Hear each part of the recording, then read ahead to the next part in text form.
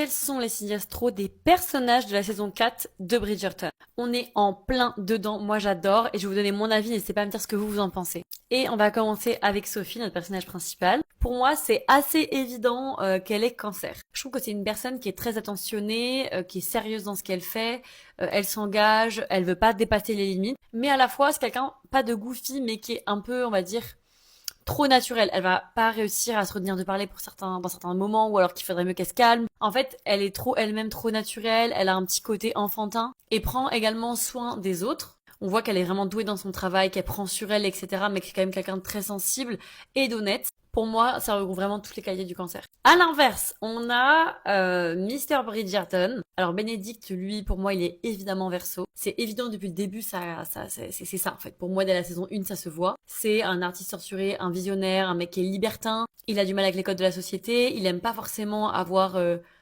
des charges. Il aime être libre, tranquille. Voilà, il est pas pareil que les autres. Il a pas la même vision que les autres. Et pour ce côté un peu décalé et ouvert d'esprit et aussi séducteur, hein, ça c'est sûr. Bah, évidemment qu'on le met en Verseau.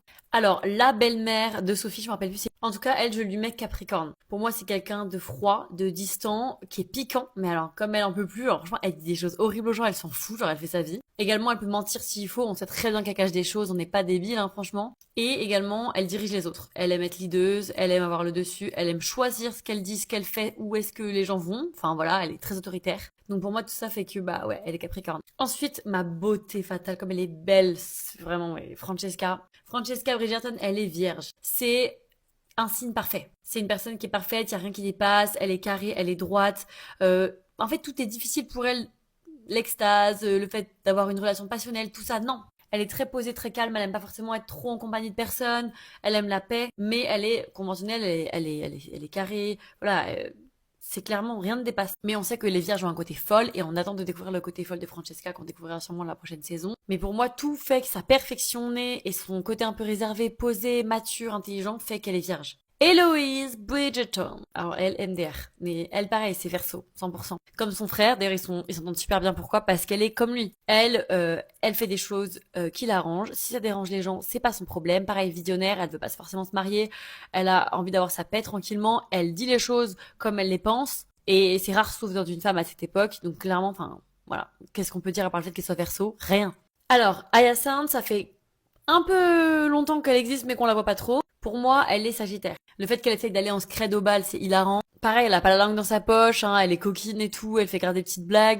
Elle coupe la parole, elle est pétillante, enfin voilà, elle a vraiment un côté très solaire qui pour moi me fait penser directement au signe du Sagittaire. Hâte de la connaître plus pour vraiment mieux connaître son signe, mais pour l'instant c'est ce qu'elle dégage. Alors on a Posy, la demi-sœur du coup de Sophie. Posy pour moi, elle est poisson. Poisson parce qu'elle est un peu décalée, un peu dans son monde, un peu à l'ouest, mais en même temps elle est hyper attachante et elle a un cœur en or. Donc pour moi tout ça fait que bah, c'est le poisson ou rien, ça lui va trop bien et j'espère qu'elle aura une bonne fin dans la saison. Et on va terminer cette partie avec Lady Dunbury. Pour moi, elle est Gémeaux. En fait, c'est quelqu'un qui sait s'adapter. Tout le monde l'adore, tout le monde l'aime bien. C'est quelqu'un, voilà, on l'adore. En fait, elle est trop gentille, elle s'adapte, elle sait se faire des amis comme il faut. Mais c'est quelqu'un d'assez manipulatrice sans qu'on s'en rende forcément compte. Et quand elle est avec ses proches, elle montre sa vraie personnalité, son côté un peu froid ou même un petit peu directif et elle ose dire les choses. Et si ça l'aime pas ça, elle aime pas ça. Et ça, c'est vraiment les Gémeaux. Les Gémeaux ne sont honnêtes qu'avec les gens qui connaissent vraiment bien. Sinon, ils ont vachement un masque social et sont appréciés par tout le monde. Et surtout, ils connaissent les ragots sur tout le monde, ils écoutent partout. Et ça, c'est clairement Lady Dunbury, donc ça lui va trop bien.